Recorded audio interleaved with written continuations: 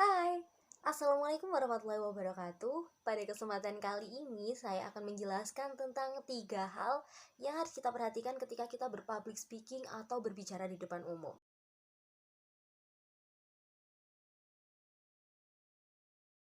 Nah, hal pertama yang harus kita perhatikan adalah intonasi. Seperti yang kita ketahui bersama, bahwasanya intonasi ini berarti sebagai tinggi rendahnya suatu nada bicara.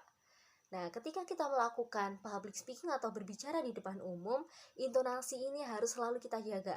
Karena dengan menjaga intonasi, kita turut menjaga fokus dan perhatian dari audiens terhadap kita yang menyampaikan materi ada di depan.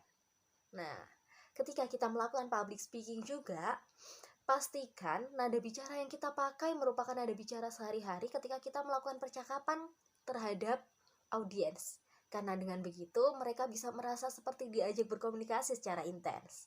Kemudian, hal yang kedua yang harus kita jaga atau kita perhatikan adalah volume dan vokal. Volume dan vokal ini merupakan salah satu hal yang sangat krusial yang harus kita perhatikan juga ketika berpublic speaking.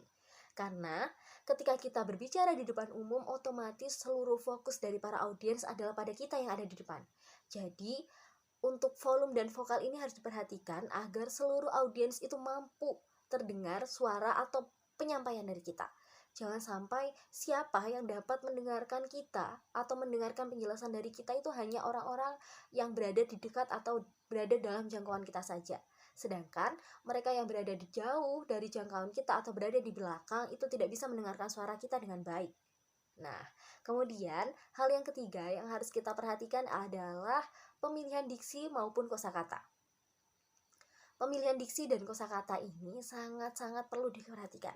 Karena ketika kita mengisi suatu materi, misalnya di hadapan anak-anak SMP maupun di hadapan teman-teman mahasiswa kita, pastinya pemilihan kosakata atau diksi yang kita pilih itu harus berbeda.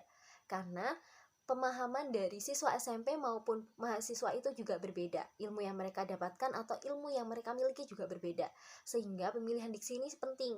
Jangan sampai karena pemilihan diksi atau kosakata yang salah membuat adik-adik atau audiens yang mendengarkan kita berbicara jadi menyalahartikan apa yang kita sampaikan.